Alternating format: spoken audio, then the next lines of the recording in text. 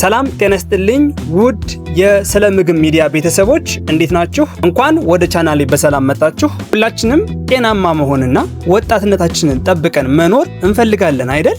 ነገር ግን የዕለት ተዕለት የምንመገባቸው ምግቦች ለእርጅና ምን ያህል አስተዋጽኦ እንዳላቸው ያውቃሉ?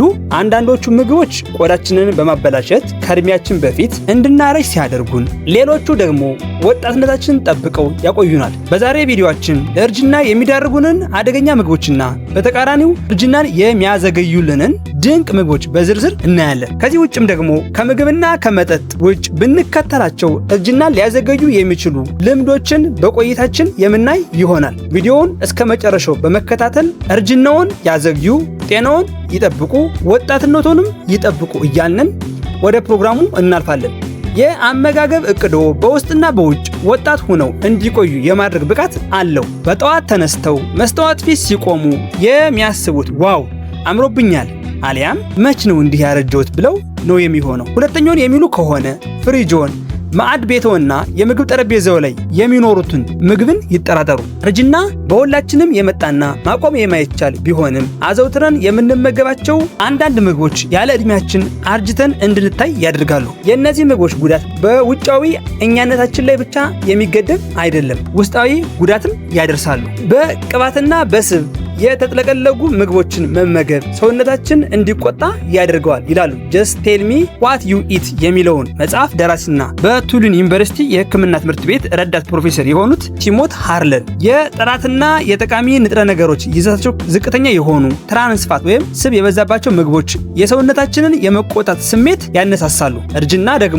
መሰረታዊ የሆነ የሰውነት የመጉረብረብ ሁኔታ ነው። ከርብ የተሰኘውን ከባህር የሚገኝ ምግብ በመመገብ የተነሳ ከእድሜ በላይ ያረጀው እመስላለሁ ብለው ቢጠይቁኝ መልሴ አዎ የሚል ይሆናል ይላሉ ባለሙያው። ለምሳሌም በጣም ብዙ ስኳርና በፋብሪካ ሂደት ውስጥ ያለፈ ካርቦሃይድሬት ያላቸው ምግቦች ወይም ፕሮሰስ ካርቦሃይድሬትስ ኤጂኢ ወይም አድቫንስድ ግላይኬሽን ኢንድ የተሰኘው ጎጂ ንጥረ ነገር እንዲፈጠር ምክንያት ይሆናሉ። ይህ ንጥረ ነገር ለበርካታ ጎጂ በሽታዎች ያጋልጣል። እነዚህ የልብና የስኳር በሽታዎች ዋነኞቹ ናቸው። ከዚህም በተጨማሪ በጅማቶችና በቆዳ ፋይበሮች ላይ ጉዳት ያደርሳሉ ባይ ናቸው የካሊፎርኒያ የሕዝብ ጤና ማዕከል አማካሪና የአሜሪካ የስነ ምግብ ማህበር ቃል አቀባይ የሆኑት አንድሪያ ጂያን ኮሊ። ጎጅ ተብለው የሚመደቡ ምግቦች መመገብ የሚያደርሰው ጉዳት በአካላዊ አቋማችን የተወሰነ አይደለም። ከእነዚህም ምግቦች አብዝቶ መመገብ የመቆጣትና መጉረብረብ ስሜትን ይጨምራል። የደም ቅዳዎች ደም እንዲረጋባቸው ያደርጋል። ክብደት እንድንጨምርም ምክንያት ይሆናል። ይህ ደግሞ ከፀጉራችን እስከ ጥፍራችን ድረስ ላለው ጤና መጥፎ ዜና ነው። ከዚህ በማስከተል ደግሞ በቀን ተቀን ውሏችሁ ወይም በቀን የአመጋገባችሁ ውስጥ ሊቀንሷቸው የሚገቡ ምግቦችን ስናይ ወዝና ቁመናውን ጠብቀው ከእድሜው ጋር ሲታይ ወጣት መስለውና ሆነው መታየት ከፈለጉ ቀጣይ የምናያቸውን ምግቦችና መጠጦች አወሳሰድ ቀንሱ። መጀመሪያ ላይ ወይም አንደኛ ላይ የምናገኘው በዘይት የተጠበሱ ምግቦችን እናገኛለን። በከፍተኛ ሙቀት በሚፈላ ዘይት ውስጥ የሚጠበሱ ፈጣን ምግቦች እንደ ቺፕስ ያሉ ፍሪ ራዲካልስ የተባሉ ቆዳን የሚጎዱ ሴሎችን ያመነጫሉ። እነዚህም የቆዳን ተፈጥሯዊ የመታደስ ሂደት ያዘገያሉ። ሐሳባችንን ስናጠናክረው በዘይት እየተነከረ የሚጠበስ ማንኛውም ምግብ በጎጂ ንጥረ ነገሮች በትራንስፋት የታጨቁ ናቸው። ይህም በመላው አካላችን ውስጥ የመጉረብረብ ስሜት ይፈጥራል። በዕለታዊ ማዕድ ላይ የድንች ጥብስ መጠን ከ1% በታች እንዲያደርጉ የአሜሪካ የልብ ማህበር ይመክራል። ስለዚህ አንደኛ ላይ ያየነው በዘይት ተጠብሰው የሚበሉ ምግቦች መቀነስ ምንድነው ማለት ነው? እርጅና በእኛ ላይ እንዳይፈጠር ያደርጋል ማለት ነው። እነዚህ የምንመገብ ከሆነ ግን እርጅናን ያበብሱብናል ማለት ነው። ሁለተኛ ዶናትና በስኳር የተሞሉ ፓስቲዎች ናቸው። እነዚህ ምግቦች የተለያዩ አይነት ጎጂ ንጥረ ነገሮችን ይዘዋል። በአብዛኛው ትራንስፋት በከፍተኛ መጠን ይገኙባቸዋል። በስኳር የተሞሉ ናቸው። በፊታችን ላይ መጨማደድና ሽብሽባትን የሚያስከትለው ኤጂአይ መገኛም ናቸው። በተጨማሪም በዚህ ምድብ ስኳርና ጣፋጭ መጠጦች ስናይ ደግሞ ስኳርን አብዝቶ መጠቀም በሰውነታችን ውስጥ ኮላጅን እና ኤላስቲን የተባሉ የቆዳችንን ወዝና ጥንካሬ የሚጠብቁ ፕሮቲኖችን ያዳክማል። ይህ ደግሞ ቆዳችን ተሎ እንዲሸበሸብና እርጅና እንዲታይብን ያደርጋል ማለት ነው። ሶስተኛ የታሸጉና የተቀነባበሩ ስጋዎች ወይም ፕሮሰስድ ሚትስ። የትኛውም በፋብሪካ ፕሮሰስ የተደረገ ስጋ፣ የአሳማ ስጋና የመሳሰሉ በቅባት ያበደ ጥብስ ከተጠቀሙ ጉዳቱ እጅግ ያመዘነ ነው። ሳቹሬትድ የተሰኘ ጎጂ የስብ አይነት በከፍተኛ መጠን ይገኝባቸዋል። የመለብለብና የመቆጥቆጥ ስሜትን የሚያበብሱት ናይትሬትስ የተሰኙ ንጥረ ነገሮችን እንዲከማቹ ያደርጋሉ። በተጨማሪም እንደ ቋሊማና ቤከን የመሳሰሉ ምግቦች ከፍተኛ መጠን ያለው ሶዲየም ወይም ጨው እና ኬሚካሎች ስላሏቸው የሰውነትን እርጥበት በመቀነስ ቆዳን ያደርቃሉ ማለት ነው። አራተኛ ላይ የምናገኘው ቀይ ስጋ ቢሆንም በጥቂቱ ይመገቡ። ጎጂ ስብ በሰውነታችን እንዳይከማች ቀላ ያሉ ወይም ስብ ያልያዙ ስጋዎችን እንድንመገብ ይመከራል። ይህም ቢሆን ለደም ቆዳዎች ወይም አርትሪስ አስደሳች ሁኔታን አይፈጥርም። የአሜሪካ የሥነ ምግብ ማህበር እንደ አውሮፓውያን አቆጣጠር በ2010 ባወጣው መመሪያ ላይ የተለያዩ በፕሮቲን የበለጸጉ ምግቦችን መመገብ ቀይ ስጋን ያጠቃለለ ማለት ነው ጠቃሚ እንደሆነ ይገልጻል። የአሜሪካ የልብ ማህበር በበኩሉ ጎጂ ኮሌስትሮልን የያዙ ምግቦችን እንድናስወግድ ካልተስተካከልን ደግሞ ዕለታዊ ፍጆታችን ከ7% እንዳያድግ ይመክራሉ ማለት ነው። ይህም ማለት ቀይ ስጋን መጠቀም ይኖርብናል፣ ግን በመጠኑ ነው መጠቀም ያለብን ማለት ነው። አምስተኛ ላይ አልኮል። አንዳንድ የአልኮል አይነቶች ለእርሶ ጠቃሚ ሊሆኑ ይችላሉ። ነገር ግን የበዛ የአልኮል አወሳሰድ በእርግጠኝነት ያለ ዕድሜው ያረጁ ሊያስመስለው ይችላል። ለሴት በቀን 1 ብርጭቆ ወይን ወይም ቢራ ሲመከር ለወንዶች የሴቷን እጥፍ ቢወስዱ አይጎዳም። በቀን በአማካኝ 1 ወይም 2 መለኪያ አልኮል ቢጎነጩም ለልብዎ ጠቃሚ ሊሆን ይችላል። ከዚህ ካለፈ ግን የእርጅና ሂደትዎን ያፋጥናል። እንደ ጉበትና አንዳንድ የካንሰር ህመሞች ያሉ ተያያዥ በሽታዎችን ያስከትላል። የማይጠጡ ከሆኑ የጤና ባለሙያዎች እንዲጠጡ አይመክሮትም። የሚጠጡ ከሆነ ግን ለዶክተሩ ከመናገሮ አይቆጠቡ። የሚያሳስበው የጤና ችግር ከርሶ የአልኮል አወሳሰድ ጋር ግንኙነት እንዳላቸው ሊነግሮ ይችላል። ከሁሉም በላይ ይላሉ ዶክተር ሃርለን፣ ተገቢውን ማዕድንና ቪታሚን የያዙ ከፍተኛ ጥራት ያላቸውን ምግቦች መመገብ የሚፈጥረውን የመጉረምረም ስሜት ይቀንሳል። በጥሩ ውስጣዊና ውጫዊ አቋም ላይ እንዲገኙ ያደርጋል። የሜዲተራኒያን አባል ዘዴ የሚሰኘው የአመጋገብ ባህል ከእርጅና ጋር ተያይዞ የሚመጡትን ካንሰር፣ አልዛይመርና የልብ ህመሞችን ያስወግዳሉ ይላሉ። ከዚህም ውጭ በመጨረሻ ደግሞ ልናየው የምንችለው የተጣሩ ካርቦሃይድሬት እንደ ነጭ ዳቦ ያሉትን ነው። እነዚህ ምግቦች በደም ውስጥ ያለውን የስኳር መጠን በፍጥነት ስለሚጨምሩ በቀጥታ ከቆዳ መሸብሸብ ጋር ይያያዛሉ ማለት ነው። ስለዚህ ከላይ ያየናቸው 6 ምግቦች በምንም አይነት ሁኔታ ልናዘወትራቸው የማይገቡ ብንጠቀማቸው እንኳን በተወሰነና በትንሽ ፐርሰንት ልንጠቀማቸው የሚገቡ የምግብ አይነቶች ሲሆኑ ከዚህ በማስከተል ደግሞ የምናየው ልናዘወትራቸው የሚገቡ ምግቦችን እነዚህ ምግቦችን ማዘውተራችን እርጅናን በመከላከልና ወጣቱንን እንድንታይ በማድረግ ትልቅ አስተዋጽኦ ያደርጋሉ ማለት ነው። ሃርለንና ጂያን ኮሊ ጥቅማቸውን ከፍተኛ የሆኑትን ወጣት የሚያስመስሉትን ጤናማ የሚያደርጉትን ሱፐርፉድስ እንድናዘወትር ይመክራሉ። ይህም ሲባል ግን የተወሰኑ ምግቦችን መርጣችሁ እነሱ ላይ ማተኮር ማለት አይደለም። ይህ ሁኔታ ትልቁን ምስል እንዳትመለከቱ ያደርጋል።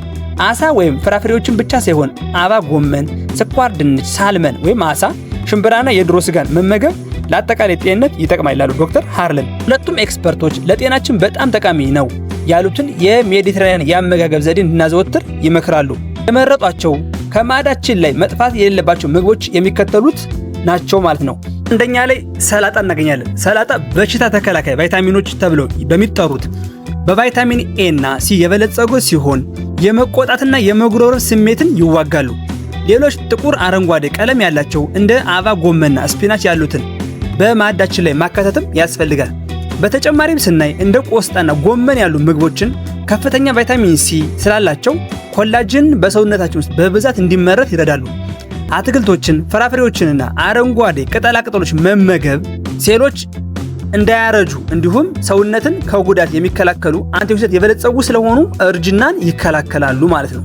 ሁለተኛ ቲማቲም እናገኛለን። እንደ ሐብሐብ፣ ወይን፣ ዘይቱን፣ አስፓራገስ፣ ቀይ ጎመን ሁሉ ቲማቲም በበሽታ ተከላካዮች የበለጸገውን ላይኮፒንን ያስገኝልናል ማለት ነው። ሌላው ሳልመን ነው። እንደ የባህር አሳዎች፣ ቱናና ሄርሊንግ ሁሉ ሳልመን በኦሜጋ 3 ፋቲ አሲድ የበለጸገ ነው። ይህም የሰውነትን መመረዝ ይከላከላል ማለት ነው። አራተኛ ጥራጥሬዎች። ባቄላ የዶክተር ሃርለን ተመራጭ የፕሮቲን የበሽታ ተከላካይ ቫይታሚኖች መገኛ ነው። ባቄላ፣ ሽምብራ፣ አተር እና የመሳሰሉት ጥራጥሬ አይነቶች ጠቃሚ ናቸው። ቆዳችንን ከፕሮቲን የተሰራ ነው። ጥራት ያላቸው በቂ ፕሮቲኖች የማያገኙ ከሆነ ችግሩ ቆዳው ላይ ይንጸባረቃል ይላሉ ጂያን ኮሊም ባቄላና አሳ የቆዳን ውበት እንደሚያሳምሩ ይገልጻሉ ማለት ነው። አምስተኛ ላይ አጃ እናገኛለን። ጥናቶች እንደ አጃ፣ ዳቦና ፓስቲም፣ ቡናማ ሩዝ ያሉ የእህል አይነቶች የመጎረር ስሜትን እንደሚቀንሱ ይገልጸዋል። እነዚህ ምግቦች ለቆዳችን ጠቃሚ የሆኑትን እንደ ታሚናን፣ ራይቦ ፍላሚን ያሉትን ቫይታሚን ቢ ዝርያዎችን ይይዘዋል። የእነዚህ እጥረት በቆዳችን ላይ ሽፍታ እንዲወጣና ቆዳችን ወዝ አልባ እንዲሆን ያደርገዋል ማለት ነው። ስድስተኛ ላይ አቮካዶ ቆዳን ለስላሴ የሚሰጡ ጤናማ ቅባቶችን ወይም ሄልዚ ፋትና ቫይታሚን ኢ በውስጡ ይዟል። ይህ ደግሞ የቆዳን እርጥበት ከመጠበቅ ባለፈ ከፀሐይ ጨረር ጉዳት ይከላከላል። ሰባተኛ የተለያዩ የቤሪ ፍሬዎች እንጆሪን ጨምሮ የተለያዩ የቤሪ ፍሬዎች ከፍተኛ የሆነ አንቲኦክሲዳንት ስላላቸው በፀሐይና በአካባቢ ብክለት የሚመጣውን የቆዳ ጉዳት ይከላከላሉ። ስምንተኛ አሳ ወይም ፋቲ ፊሽ በተለይ ኦሜጋ 3 ያላቸው እንደ ሳልመንና ቱና ያሉ አሳዎች የቆዳ መቆጣትን ወይም ኢንፍላሜሽንን በመቀነስ ቆዳን ከእርጅና ይጠብቃሉ። ዘጠነኛ ለውዝና ዘሮች በተለይ ዋልነትና አልመንድ ቆዳን የሚጠግኑ ፕሮቲኖች አላቸው። ዚንክና ቫይታሚን ኢ ስላላቸው ለቆዳ ጤንነትም ወሳኝ ናቸው። አስረኛ አረንጓዴ ሻይ የግሪን ቲ ጠቃሚ ውህዶች የቆዳ ሴሎች እንዳያረጁና ቅርጻቸውን እንዳያጡ ይከላከላል ማለት ነው። 11ኛ የሎሚ ውሃ መጠጣት ሰውነት በቂ ፈሳሽ እንዲያገኝና ቫይታሚን ሲ አቅርቦትን ለመጨመር ፍላጎታችንን ለማሟላት ይረዳል። 12 እርድ ወይም ዝንጅብል ማዘውተር እነዚህ የተፈጥሮ ቅመሞች በውስጣቸው ኢንፍላሜሽን እና ህመምን የሚከላከሉ ተፈጥሯዊ ንጥረ ነገሮችን ይዘዋል ማለት ነው። የተከበራችሁ የስለ ምግብ ሚዲያ እንዲሁም አድማጭ ተመልካቾቼ ከላይ የጠቀስናቸውን 12 ወሳኝና ዋና ምግቦች መጠቀማችን እርጅና እንዳይፈጠርና ወይም ያለ ጊዜው እርጅና መጥቶ የቆዳ ለውጥ እንዳያስከትልብን እንዲሁም ወጣትነታችንን ጠብቀን እንድንነድ ያግዙናል ማለት ነው። ስለዚህ ከላይ የጠቀስናቸው ምግቦች ማዕድዎ ላይ ወይም የምግብ ጠረጴዛው ላይ ሊኖሩ ይገባል ማለት ነው። ሌላው ከዚህ ማስከተል ደግሞ የምናየው የእርጅናን ሂደት የሚቀንሱ ልማዶችን ወይም እርጅና ቀድሞ እንዳይመጣ ልንከተላቸው የሚገቡ ልማዶችን እናያለን ማለት ነው። እድሜው እንዳይገፋ የእርጅና ምልክቶች ሳይታዩብን እና ሁሌም ወጣት ሆነው እንዲቆዩ የሚረዱ ቀላል የዕለት ተዕለት ልምዶችን እናያለን። እርጅና ተፈጥሯዊ ሂደት ነው። ነገር ግን በየቀኑ የምናደርጋቸው ልምዶች የእርጅና ሂደትን ፍጥነትና የጤንነታችን ጥረት ይወስናሉ። ጤንነትን ለረጅም ጊዜ ለመጠበቅ፣ እድሜን ለመጨመር፣ የአእምሮ ብቃትን ለማጎልበትና የተለያዩ በሽታዎችን ለመከላከል የሚረዱ ሳይንሳዊና ቀላል መንገዶችን ስናይ አንደኛ ላይ የምናገኘው ከምሽቱ 5 ሰዓት በፊት መተኛት። ይህ የሰውነታችን የተፈጥሮ የሆርሞን ዝውውርና የእንቅልፍ ዑደት ወይም የተፈጥሮ ሰዓትን ይጠብቅልናል ማለት ነው። ሁለተኛ በቀን ቢያንስ ለ20 ደቂቃ በእግር መጓዝ ለልብ ጤናና ለተስተካከለ የምግብ ስልቀጣ ወይም ሜታቦሊዝም ወሳኝ ነው። ሶስተኛ ከመተኛት ከ2 ወይም 3 ሰዓት በፊት ምግብ መመገብ ማቆም። ይህ የተስተካከለ ወይም የተሻለ የምግብ መፈጨትና ጥልቅ እንቅልፍ እንዲያገኙ ያደርጋል። አራተኛ ረጅም ትንፋሽ መውሰድ ወይም ሜዲቴሽን። ይህ የአእምሮ ውጥረት ወይም ስትረስ ለመቀነስ ፍቱን መንገድ ነው። አምስተኛ ቆዳን ከፀሐይ ጨረር መከላከል። ቆዳ ያለ ጊዜው እንዳይሸበሸብና እንዳያረጅ ይከላከላል። ስድስተኛ ከ12 እስከ 14 ሰዓት መጾም። ምግብ አለመብላት። ከእራት በኋላ እስከ ጠዋት ቁርስ ድረስ ረጅም ጊዜ ምግብ ሳይወስዱ መቆየት ሰውነታችን ራሱን እንዲያድስና ስብን እንዲያቀልጥ ወይም ሜታቦሊክ ቤኔፊትን እንዲያገኝ ያደርገዋል ማለት ነው። ሰባተኛ ጠዋት ላይ ፕሮቲንና ጤናማ ቅባት ያላቸውን ምግቦች መመገብ ቀኑን ሙሉ ጉልበት እንዲኖረውና ቶሎ እንዳይረበን ያደርጋል። ስምንተኛ ምላስን ማጽዳት ለአፍ ንጽህና፣ ለጥርስ ጤናና እንዲሁም ለጥሩ ጠረን ወሳኝ ነው። ዘጠነኛ ከመኝታ 1 ሰዓት በፊት ስልክና ቲቪን አለማየት ጥራት ያለውና ያልተቆራረጠ እንቅልፍ ለመተኛት ይረዳል። 10ኛ ንጹህ ማዕድን ያለው ውሃ መጠጣት በሰውነታችን ውስጥ ያለውን የፈሳሽ እና የማዕድን ስብጥር ሚዛን ለማስተካከል ይረዳል። 11 ከሰዎች ጋር መገናኘትና መዝናናት ማህበራዊ ግንኙነት ወይም ህይወት የአእምሮ ጤናን ይጠብቃል እንዲሁም እድሜን ያራዝማል ማለት ነው። ሁሉንም ነገር በአንድ ጊዜ ለመጀመር ፍጹም አድርጎ ለመስራት አይጨነቁ። ዋናው ቁም ነገር ትናንሽ ጠቃሚ ልምዶችን በየቀኑ ማዘውተርና መተግበር ነው ማለት ነው። እነዚህ ቀላል የሚመስሉ ተግባራት በጤናችን በኃይልና ጉልበታችን እንዲሁም በአጠቃላይ የህይወት ዘመናችን ላይ ትልቅ ለውጥ ያመጣሉ ማለት ነው። የተከበራችሁ የስለ ምግብ ሚዲያ ቤተሰቦች እንዲሁም ውድ ተመልካቾቻችን ዛሬ መረጃ ጠቃሚ እንደነበር ተስፋ አድርጋለሁ። በዛሬ ፕሮግራማችን ወይም በዛሬ ቆይታችን ያየናቸው እርጅናን የሚከላከሉ ምግቦች ምን እንደሆኑ እንዲሁም ደግሞ እርጅናን በቶሎ ሊያመጡብን የሚችሉ ምግቦችስ ምን ምን ናቸው የሚለውን እንዲሁም ብንከተላቸው እርጅናን ቀድሞ እንዳይከሰት የሚከላከሉ ልምዶች ምን ምን እንደሆኑ ያየንበት ቆይታ ይሄንን ይመስላል ማለት ነው። ወጣትነትን ጠብቆ ለማቆየት ጤናማ አመጋገብ ወሳኝ ነው። ስለዚህ ከዛሬ ጀምሮ ጣፋጭና የተጠበሱ ምግቦችን በመቀነስ በአትክልትና ጤናማ ቅባቶች ላይ አተኩሩ። እናንተስ ከነዚህ ምግቦች ውስጥ የትኛውን አብዝታችሁ ትመገባላችሁ? ሐሳባችሁን በኮሜንት ላይ ያጋሩን። እንዲሁም ልትከተሏቸው የሚገቡ ልምዶች ምን ምን እንደሆኑ አይተናል። እናንተ የትኛውን ልምድ ነው ከዚህ በፊት የምታዘወትሩት? ስለዚህ የምታዘወትሩትን የልምድ አይነት በኮሜንት መስጫው ላይ ይጻፉልን። ይህ ቪዲዮ ከተመቻችሁ ላይክ በማድረግ አበረታቱኝ፣ ለወዳጅ ዘመድ ሼር ያድርጉልኝ። እንዲሁም ለቻናሉ አዲስ ከሆናችሁ ሳብስክራይብ ማድረጋችሁን እንዳይረሱ። በሚቀጥለው ጤናማና አስተማሪ ቪዲዮ እስከምንገናኝ ድረስ ጤና ይስጥልኝ። ሰላም ሁኑ።